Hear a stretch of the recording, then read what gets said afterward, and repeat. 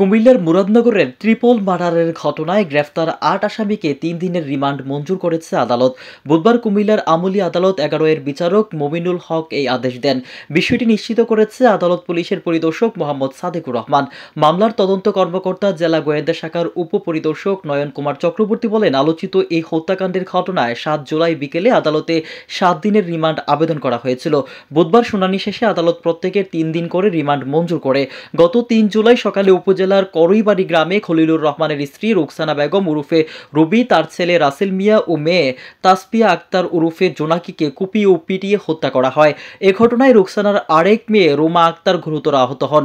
নিহতের বড় মেয়ে রিক্তা আক্তার বাঙ্গরা থানায় ৩৮ জনের নাম উল্লেখ করে এবং অজ্ঞাত ২৫ জনকে আসামি করে মামলা দায়ের করেন। মামলায় প্রধান আসামি করা হয়েছে স্থানীয় আকুবপুর ইউনিয়ন পরিষদের চেয়ারম্যান শিমুল বিল্লাহকে।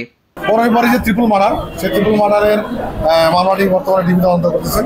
ডিবি তদন্তকারী অফিসার এবং আসামি পক্ষের আইনজীবীরা উভয় পক্ষের রিমান্ডের শুনানি করেন এবং রিমান্ড শুনানি শেষে বিজ্ঞ আদালত, আমাদের ১১ নম্বর আদালতের বিজ্ঞ বিচারক মমিনুল হক আপনাদের প্রত্যেক আসামিকে ৩ দিন করে রিমান্ডের আবেদন মঞ্জুর করেন এবং এই বিজ্ঞ আদালত তাদেরকে মহামান্য হাইকোর্টের নির্দেশনা অনুযায়ী তদন্তকারী অফিসারকে